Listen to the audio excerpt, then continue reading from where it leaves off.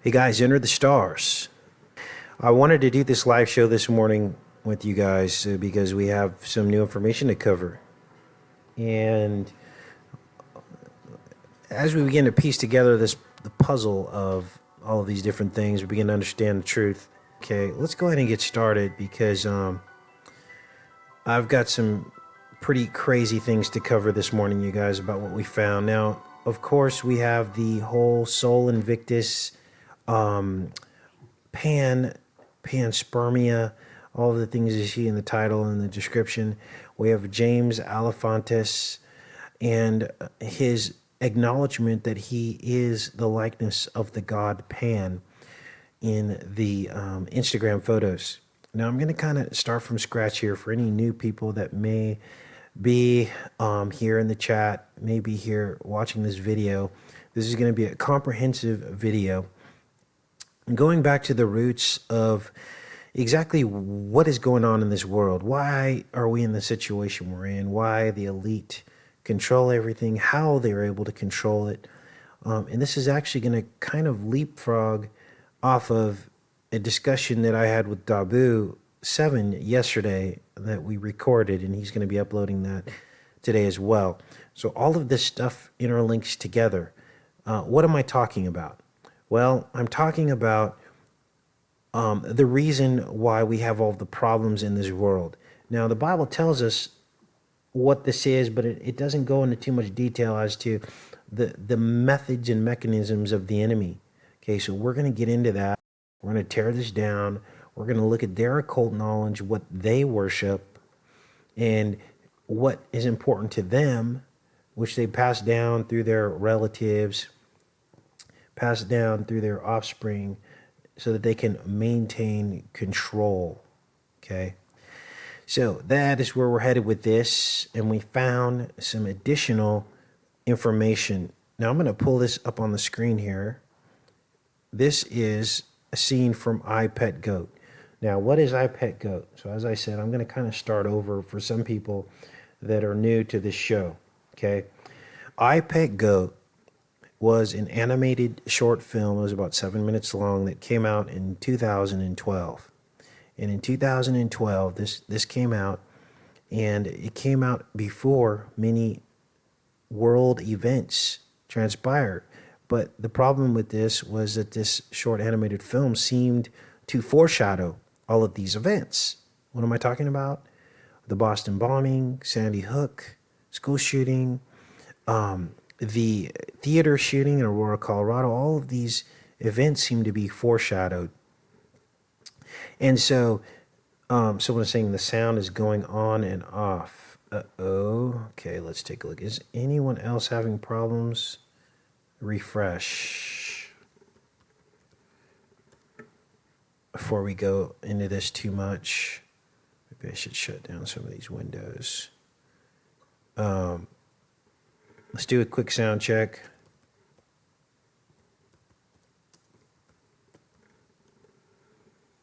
It's good now, says S. Okay, great. Could be a little bit of buffering. Okay, so let's continue on with this. So this animated film came out. That is a still frame that you're looking at on the left from I Pet Goat 2. Now, what are we looking at here? Well, we're looking at an egg with a human child in utero inside the womb, looking at a serpent wrapped around it, and behind it we're looking at a reptilian eye.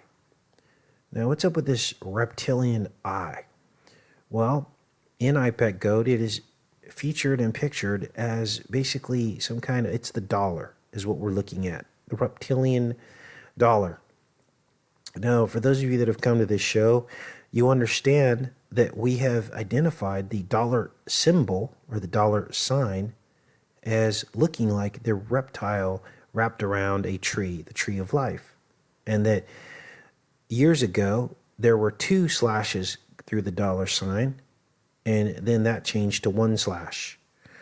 And what that is the serpent's duality, changing duality or 2 into the 1. And all of that was outlined in the saga of the World Trade Center, the 2 towers becoming 1. World trade, money, so on and so forth. So this is what is going on with this scene. It is showing us that the reptilians control the money. The serpent controls the money. But this goes deeper because the serpent also has intertwined itself with creation. That is what the fall of man was all about. It is the big white elephant in the room that not many people will acknowledge. That the serpent had come, showed us technology, and intertwined itself with the human race. They are the tares. And they did this from the beginning of the garden. And when they did this, a salvation plan had to be forged by the Creator. And the enemy knew this all along since the beginning. He knew that a salvation plan was in effect, which is why he tried to hijack the salvation plan. He tried to overshadow the salvation plan. He tried to imprint himself and his own myths and history onto the salvation plan to deceive us all into not believing in the salvation plan, you see. So that is what is going on. Now, what am I talking about? I'm talking about Yahushua, Jesus Christ. Now, there's a lot of proof on this channel showing the proof of the one and only true God and his Son, imprinted right into our own DNA in terms of our anatomy, our physical makeup. And so I'm not going to argue that today. For those of you that want to know this proof, go to the Kingdom of Heaven Within. I have a playlist, and I outline and overlay many Bible scriptures and passages that seem to basically lay out in detail and overshadow certain anatomical features of our own inner body, things that no one could have ever known back then. So there's the proof. But the point of this still frame from iPet Goat 2 is to demonstrate that these people have the knowledge. What you're looking at is the reptilian eye superimposed onto the womb. And, we had identified that the womb is an analogy of the eye as well. Okay? The womb is an analogy of the eye. Let me zoom this in. Let's take a closer look at this. I know I've repeated this a couple times, but I want this show to be all-inclusive. We may be on here as long as it takes to get these concepts across. Okay, so you have this television set with this serpent coming out of the bottom of it. Let's pull up another one of these images here. Here's a better wide shot of it. Okay, and this is again is a still frame from My Pet Goat. You've got this serpent television set. Lucifer transforming himself into an angel of light through this cord coming in through the back of this TV. Electricity comes in, phosphorus ignites. Phosphorus is Lucifer, the light bearer, which is the name of the element. Phosphorus ignites, and we get an image. Okay, so now the devil is making man in his own image, trying to be like the Most High, right? See how all these analogies overlay perfectly? He makes man in his own image through a television screen, just like God made man in his image through creation, and then he deceives the world because he has transformed himself into an angel of light. Light diodes being excited by electricity is what makes the image on your screen.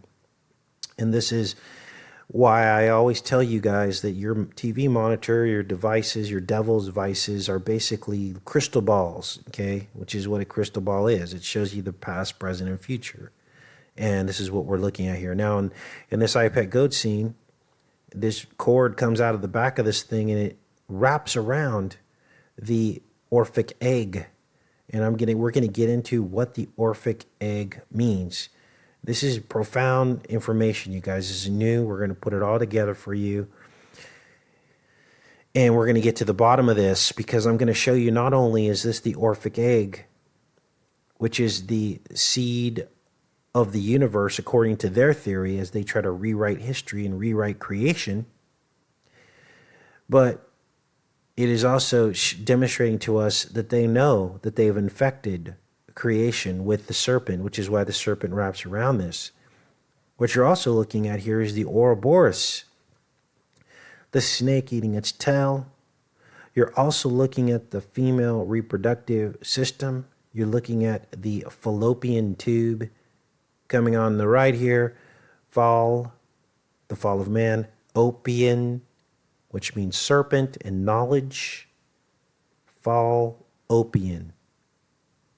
And these here are the fingers of the fimbriae surrounding the egg of the woman, the ovaries and the ovum, which are the eggs that come out of the ovaries, every month are delivered into the serpent and consumed, the dust, eating dust all the days of his life. Now, this side represents the penis, okay? Because the guys aren't off the hook here. All of us have been encoded with the curse, but also the plan of salvation in our anatomy. That is the big secret that no one wants to look at. This is why the medical field is represented by the caduceus, with the serpents climbing up the pole, which almost looks exactly like a dollar symbol, right? And you're wondering why. It's because there is occult knowledge, and what we have is a hijacked version of the true knowledge of the inner body, in which they're not telling us the entire truth about this. They're only giving us bits and pieces. In fact, they're keeping us in sickness, in pharmakia, in sorcery. They're treating the symptoms instead of the problem, which is sin. Sin is the problem. Ever seen anyone get sick from the evil deeds that they do? Well, this is part of it, okay? All right. So this is what we're looking at here. I just wanted to go into this in detail before we pull up some of these other frames that I have for you guys. And I'm glad that this is all working the way it's supposed to. And let's go ahead and get into this. Okay, so what is the Orphic egg? You're probably wondering, what is that? I've never heard that term before. Well, according to, now this is their knowledge, okay? I'm not signing up for this in terms of believing any of this. I'm simply recounting to you guys what these people believe. Okay, and we're going to tie all this into James Alefantis and Comet Ping Pong Pizza and what all that really means, okay? Because no one really has delved into this esoteric side of what we've been experiencing with this Comet Ping Pong. Okay, well, we know one thing for sure. We know that this man has infinite resources that he's brought to bear to defend himself against what we stumbled upon, okay? We know this. So the question becomes, why is he so important? Why was he able to get on Fox News? Why are all the major news sources covering him? And my guess is this man is a high sorcerer. My guess is that he's probably pretty closely linked to the top head honcho, Lucifer himself. So therefore, God gave us a little sneak peek into this to expose this. And of course, it becomes something that it's a mission that we accept, or we're deceived and everything falls back into the way it was. But God gives us opportunities to bring more people to him by exposing this stuff. This is why I've been on this since the beginning, okay? And this is why I'm examining the esoteric side of this, because I think this is my gifting, okay? Now let's get into what the Orphic egg means and how this fits into James Alefantis, okay? In the Orphic mysteries, time, or Chronos, created the silver egg of the cosmos. Now again, this is their belief system, their rewriting of the creation story. Of course, Chronos is Saturn. It is time, ticking time, the sands of time. This is why when you look at a hourglass, the old ancient hourglasses, they look like a figure eight. That's done on purpose, because not only is sand falling through the hourglass to represent time, but you're also looking at the figure eight, the Ouroboros, the serpent eating its tail. Again, let me pull up this image so you can see that this is what is being depicted here.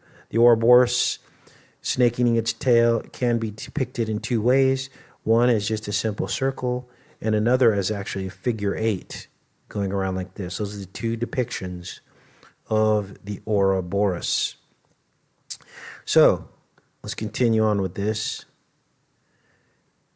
From this egg burst fanes Dionysus, or the glittering one. Now, who is Dionysus? Dionysus is the Noid. Dion is Noid backwards. The first four letters of the word Dionysus is Dion backwards. And this is where we're going to start linking in pizza, pan pizzas, and the pizza making process into this occult knowledge, which of course the pizza was called a pan. Pan means bread in Spanish, but the original name for pizza was pan. That's what they called it. Bread. Bread is pan. Flatbread is pizza. They would add toppings onto it. And this is ancient, the ancient origins of pizza. So when we think about Domino's Pizza, they have the Noid as their mascot. Well, there it is. The Noid is Dionysus, because we always have to look at the opposites to find the truth. And Noid backwards is Dion, or the first four letters of Dionysus. Now, a domino is a mask used in ancient Phoenician culture. Same masks we see in Eyes Wide Shut. That is called a domino. So now you're starting to see the picture. Domino's Pizza, the Noid. You see how all this occult stuff is linked right into a famous food chain, okay? Let's keep going with this, because it says Larus, chaos, which came from Kronos, was surrounded by night, which formed the enveloping cover under which, by the creative action of either, cosmic matter was slowly organized. Okay, so this is the theory of how everything came into creation. This finally assumed the shape of an egg, of which night formed the shell. New film coming out in March called Ghost in the Shell. See how all this is fitting together? In the center of the gigantic egg, which lower section was the earth, was born the first being, Phanes the light. It was Phanes who, by unison with night, created heaven and earth. In the Orphic primordial egg, it is division which sets creation into motion. This is what they think, that the darkness is necessary for the light. This is what the devil is trying to do, is justify the necessity of him being here, even though the Bible tells us that there is no room for sin in this universe and it will be eradicated. But the devil wants you to believe that it is necessary. Now, as I'm reading this, I want you to take careful note. Maybe even look at this and take some notes, because we're going to link all this back into James Alefantis, okay? It says here, as a result of the splitting, there is polarity, night and day, black and white. The egg, in effect, contained both male and female potential. Okay? In some versions of the Orphic creation, Phanes is bisexual. I wanted you to understand this point.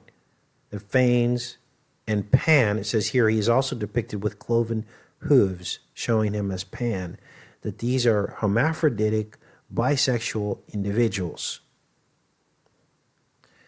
Other Orphic motifs found, for example, on alabaster bowls include the serpent, another symbol closely connected with the egg, for example, in the figure of the serpent Ouroboros, which we just covered.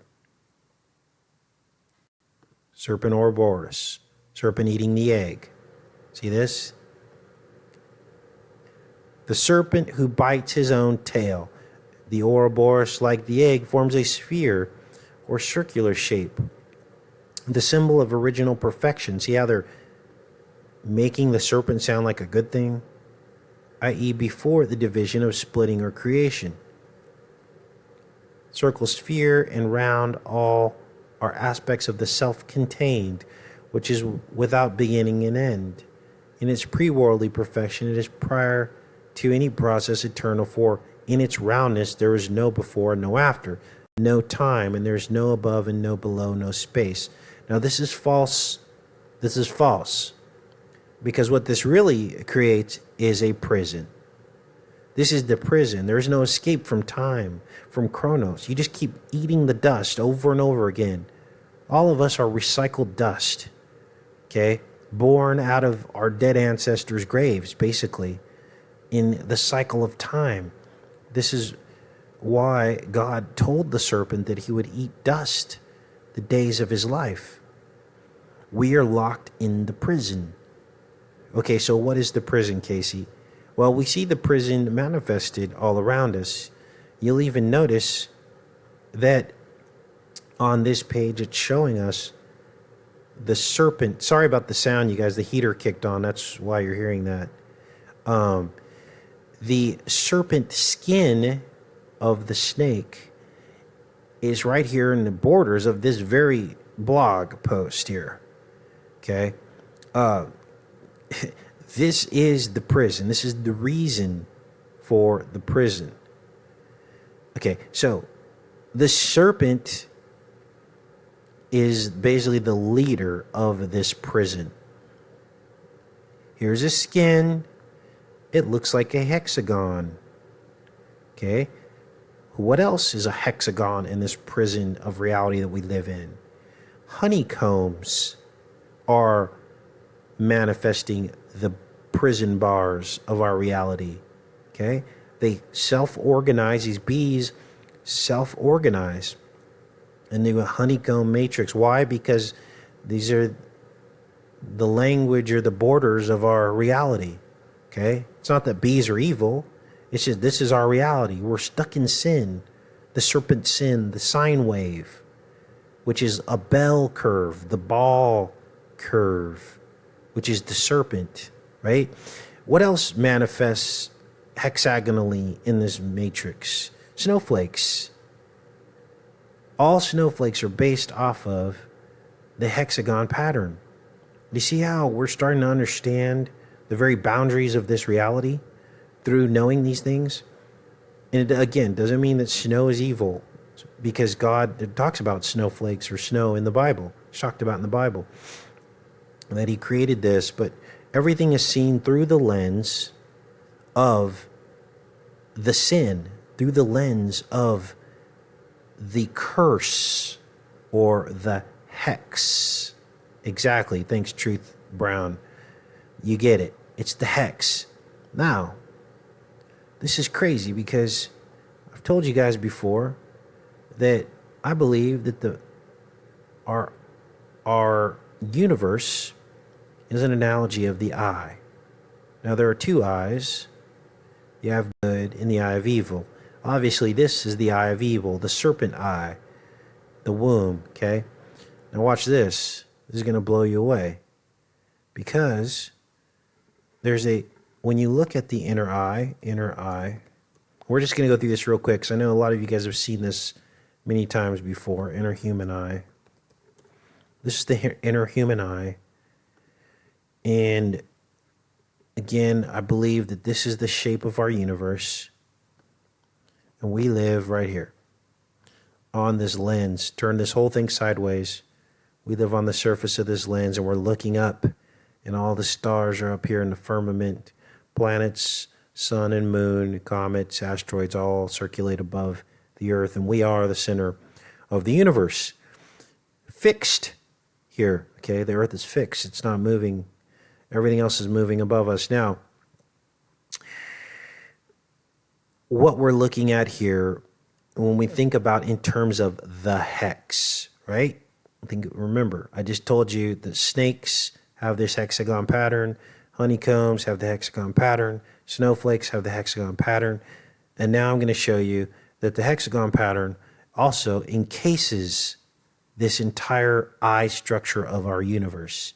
It's down here in the lens, and it's up here in the walls surrounding us. Now watch this. Cross section of rods and cones of the eye. Now, rods and cones line this entire wall of the inner eye. Okay? And when light hits them, they have photoreceptors and they ignite, send a signal into our brain, and we get the perception of our reality? Well, when you shave a cross section or the sidewall, just cut it through, you see the honeycomb prison matrix. See how God put clues in our very own anatomy? Here it is right here. These are the honeycomb matrix of the rods and cones that line your inner eye. But it doesn't stop there. Because when you do a cross section of the lens, which is right here, you see the very same thing. Cross section, lens, human eye. You see the same hexagonal honeycomb matrix. Let me see if I can find the image that I like to use that demonstrates this very clearly. There's no mistake. This isn't stretching anything. This is the truth. We're simply putting all the puzzle pieces together to try to find the truth about this. Now, when you hear Bible stories like in the Bible where it talks about the scales fell from Saul's eyes, now you know what that really means. Okay? He lost the serpent curse, came out of his eyes. Here's the lens of the eye. When you cut it right through the center, you get this hexagonal pattern. Now, this goes far deeper, and I've gotten into more detail of this in other videos. Here we go. Lens fibers. But this, I'm giving you the Cliff Notes version of this, okay, guys, because this goes far deeper. Again, the Kingdom of Heaven Within playlist. Let's look at this view image. Okay, here it is. Cross section. Again, there's your curse. There's the hex curse. These are hexagon lens fiber cells. All right, there it is right there. So when the scales fell from Saul's eyes and he could see, it was like Jesus was lifting the curse off of him. Okay, let's see here. Let's hit refresh. Looks like it says I disconnected for a minute, so refresh and you guys should be able to see the live stream come back up again. All right, so this goes on. Hope we're still connected here. Let me double check. Gotta love live streaming. I think we're still good, you guys. Don't you give me a shout out in the chat. Let me know if we're still connected. Let's see, I'm watching the chat here. Hope you guys like the new chat format. I made it big, so it's going to record the entire chat for us right here in the show. So this is going to be good. Because I think you guys have a lot of great input in the chat, so I'm glad we found a way to record this. Just give me a shout out in the chat if you guys if we're back online. It looks like everything's. Can I share this on my Facebook? Absolutely, Sarah. Always share all of the work that you can. It gets the word out, and we can get closer to the truth because it's all about getting to the bottom of all this. Okay.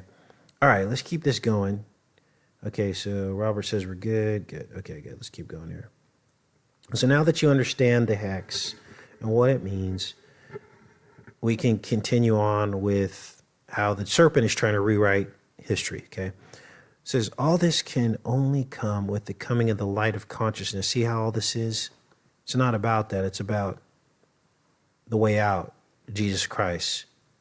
Okay, but they want you to believe that if we can get smarter and smarter and have more technology and more knowledge, that we're going to be able to surpass and transcend death. That is what the devil wants you to believe, okay? Now, how does James Alefantis fit into all this? Well, he produced a couple films. One of the films was called Chapel Perilous, in which they talk about the Cosmic Serpent. Yes, in the actual film, they mention the book called The Cosmic Serpent.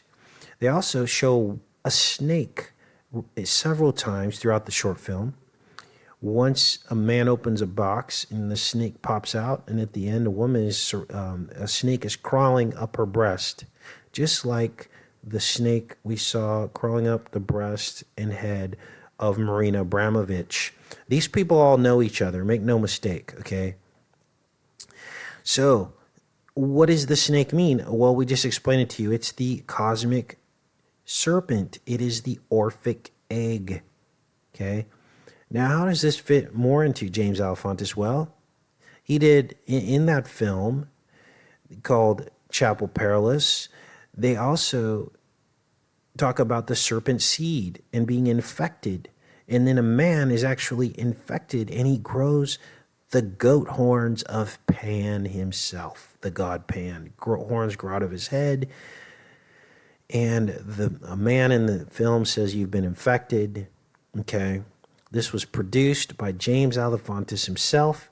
James Alefantis also produced another film called Automatic at Sea. This is the movie poster for Automatic at Sea. Can't make this up, you guys. And there you see the Ouroboros again, the serpent eating its tail. You see the dark side and the light side. You see the one-eye symbolism all encompassing this. Of course, this is Saturn.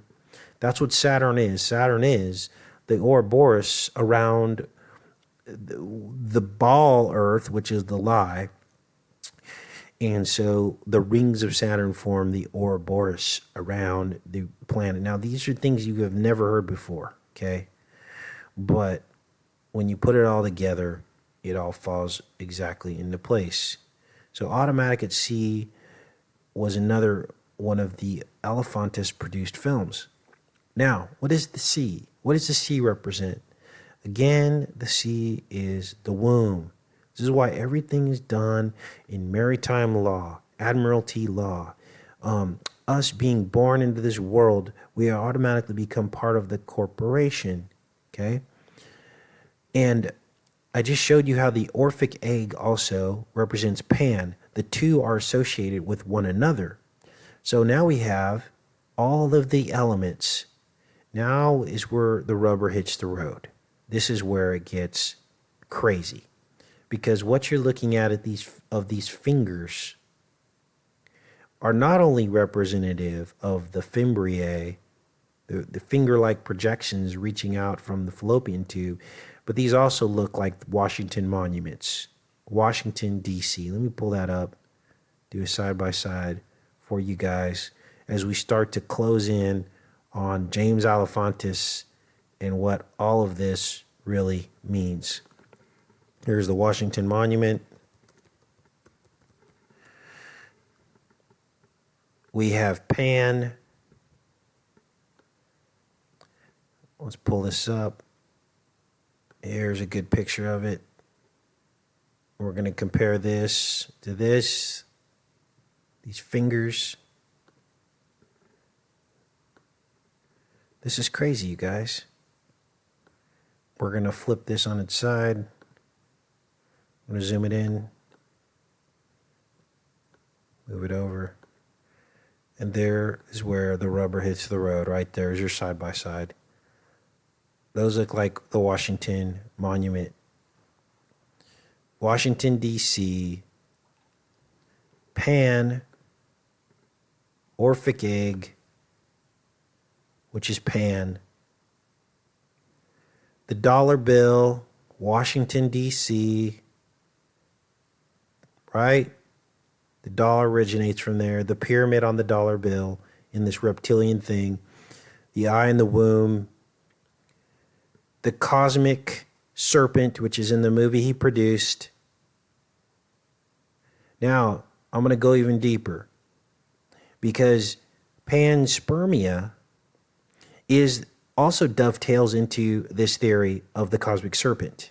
What is PAN-spermia? PAN-spermia is the theory that through a ping-pong ball-like effect, that the universe was seeded from life. In other words, asteroids, comets, planetoids bouncing off of one another is what ricocheting throughout the universe is what infected life throughout the universe. That is the theory. Well, what does that mean? Well, of course, that theory is false, but it is the serpent's precursor to the grand deception, okay? The grand deception is going to manifest itself as we are just aliens from another world. Okay, but in order to say that they're aliens from another world, they have to have a theory behind it that they've brainwashed us all with, that they came from another planet. Okay, and how did they come from another planet? Well, life is ricocheting throughout the universe through collisions with planetoids, comets, ping pong effect. Comet, ping pong, pizza. See? Comet, ping pong, pan, pizza. Unbelievable.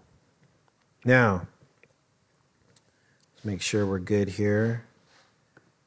Probably got too much going on, so I'm going to close some of these windows. So this is the world egg. PAN-spermia, again, has the name Pan in it. And then I started doing searches, because this is where I can start to find more of the truth. It says here, the world egg, cosmic egg, or mundane egg is a mythological motif found in the creation myths of many cultures and civilizations. Typically, the world egg is a beginning of some sort in the universe, or some primordial being coming into existence by hatching from the egg, sometimes laying on the primordial waters of earth. Vedic mythology says that one of the earliest ideas of egg-shaped cosmos comes from the sort of Sanskrit scriptures. This is the Vedic. The Greek mythology says the Orphic egg in the ancient Greek Orphic tradition is the cosmic egg from which hatched the primordial hermaphroditic deity, Phanes, protagonists, variously equated also with Zeus, Pan, Metis, Eros, Bromius. Okay? The egg is often depicted with the serpent wound around it. Many threads of earlier myths are apparent in the new tradition. Phanes is believed to have been hatched from the world egg of Kronos. Just told you about all that, right? How all that links together. Time. This is Saturn, which, by the way, has at its North Pole a hexagon. That's the hex. It says here his older wife Nyx called him Protogenius. As she created nighttime, he created daytime. He has also created the method of creation by mingling. He was made the ruler of the deities, passed the scepter. The Orphic tradition states that Nyx later gave the scepter to her son Uranus before it passed to Kronos and then to Zeus, who then retained it. Egyptian mythology. This is where things get interesting. In the original myth concerning the Ogdoad, the world arose from the waters as a mound of dirt. Now, here's where they try to mix in truth with lies. This mound of dirt is the convex lens of the inner eye. This is the shape of our world, make no mistake. It's like a drop of water standing on a table. This is the convex lens Earth, and I went into more detail on this with the show that Dabu is going to upload probably today, where we went into the nitty-gritty of world history and tried to piece together the truth. It says it was deified as Hathor, this mound of dirt. Ra was contained within an egg laid upon this mound by a celestial bird. In the earliest version of this myth, the bird is a goose. It is not explained where the goose originates. However, after the rise of the cult of Thoth, the egg was said to have been a gift from Thoth and laid by an ibis, the bird with which it is associated. So, now we're getting down to the nitty-gritty. Again, this is the hijacked version of the truth about our reality. Pan is the Orphic egg. Now, I dug a little deeper because I didn't stop there. And I found that there is actually what is called steel pan music. Now, we're going off in another direction here. So put your mindset into this now. Two old This is a pan ping pong. It's called a lead pan. Now, many of you will remember these. They were popular in like the 90s. And they're from the Caribbean and the Bahamas. And what they did is they took these steel drums and they pounded them so that they would, when you hit them, they would make a sound. So to my shock, I looked into this and I found that these pans, again, remember the God pan, are called ping pong pans. You can't make this up. James Alefantis, Comet Ping Pong Pizza, Pan Pizza. Here's one here, a tenor. The tenor, in other words, the smaller versions of these garbage steel pans is called a ping pong steel pan. This is it right here. You bang on these and they make music. Okay? Unbelievable. So I looked in deeper into this steel pan. Okay? Steel drums or pans, sometimes collectively with other musicians as a steel band, is a musical instrument originating from Trinidad and Tobago. Steel pan musicians are called panists. I couldn't find any definitive connections to the God pan other than the name, but I thought this was very interesting that this is called the ping pong pan. Now, I couldn't even really connect these steel pans to James Alefantis other than ping pong pizza, right? And pan being pizza, another word for pizza. So I'm looking at this. Here's the ping pong pan. This is what they look like. The tenor version of these steel pans. Now, some of them are much larger, but this is the standard tenor version, which is the sound that it makes. I kind of counted these. I don't know if there's really anything within this that we can derive other than this, but I just wanted to share this with you so you guys can get an idea of the wordplay that these people use. Here's another ping pong pan. Unbelievable. Now, one connection I did make, which may or may not be real, is that in terms of Pan worship, revelers approached Pan's worship centers with little of the reverence we might expect. Instead, they approached with Pan pipes blaring, drums beating, hands clapping, and throats singing. Okay, so this is how they would approach Pan for worship in ancient times. It was considered a good idea to approach Pan with a great deal of noise, as to not startle the god. Now, were these steel pans? I don't know. I don't think so. It doesn't say specifically that they were, but I just wanted to line that out for you guys so that you could see that there could be a connection there. So I'm looking at I Pet Goat directly after that scene with the eye and the womb, and I see this child on the ground, right? Now, this child's head was the egg that we saw with the serpent wrapped around it. It cracks open. You can see it cracked open in the background.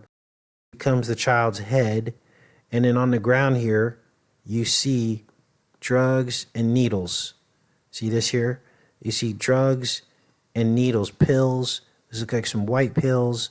These are needle tips. This is a green pill. And this child is wearing what, in terms of what I could find, is wearing a dhoti. What's a dhoti? Let me pull it up here. Do I have it here? Dhoti. Oh, I didn't pull that up here. Let's close this.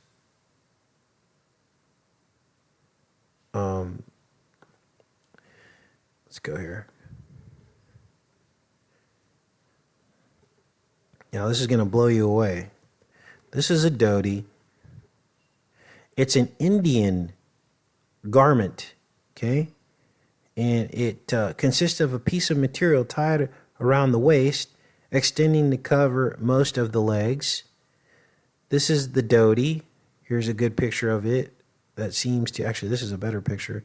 that seems to match what we see in iPet Goat. This one is even lined with the yellow, just like in iPet Goat, as you can see here.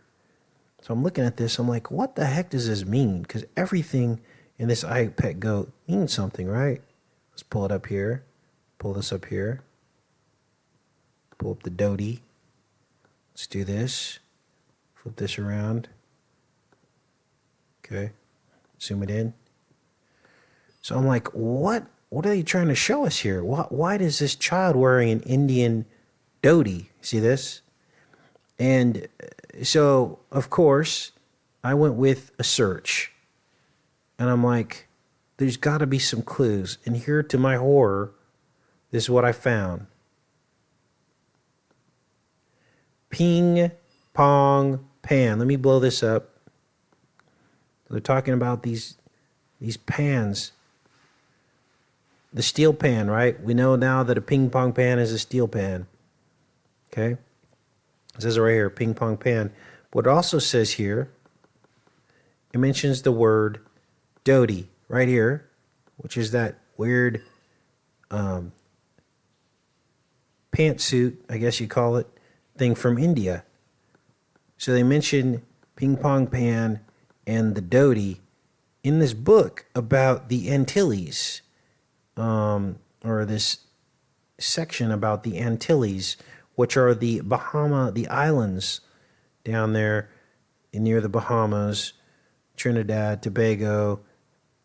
Those are called the Antilles. Grand Cayman, Jamaica, they're all part of the Antilles. So I thought that was weird. And then in this French book called Traduire la figure de style, which I don't even know what that means, that there's an English section of the book where they're mentioning comets, ping pongs, and Dhotis. Just bizarre. Let me see if we can find this again. Because they mention all three: comet, ping pongs, and Dhotis. So I'm wondering, is this some kind of a precursor? I mean, is this some kind of a? Is this here like showing us comet ping pong? Okay, with everything I just showed you, the Orphic Egg being Pan, the Washington D.C. Washington Monument, the dollar bill with the pyramid on it, Washington representing Washington D.C. from which money is issued, the Dhoti pointing us toward the book. Now I would have never found this trying to look at it from beforehand. This is a hindsight discovery, okay? But it's interesting to note this after the fact. So we have in this book the Dhoti, we have the comet, Dhoti, comet, and we have ping pong pan, all in this one book. Now, I don't read French, and there's no translation of this, so I don't know what this is even about. I don't even know what Traduire la figure de style actually technically means. Let's do a quick thing on this. Translate it and see what the title of this book even means. We're almost done, you guys. Just wanted to bring you up to speed on this. Let's see here. Uh-oh. Okay. Translate. All right. Let's translate this. Glad you guys could all make it out this morning. I know it's early. I get up early.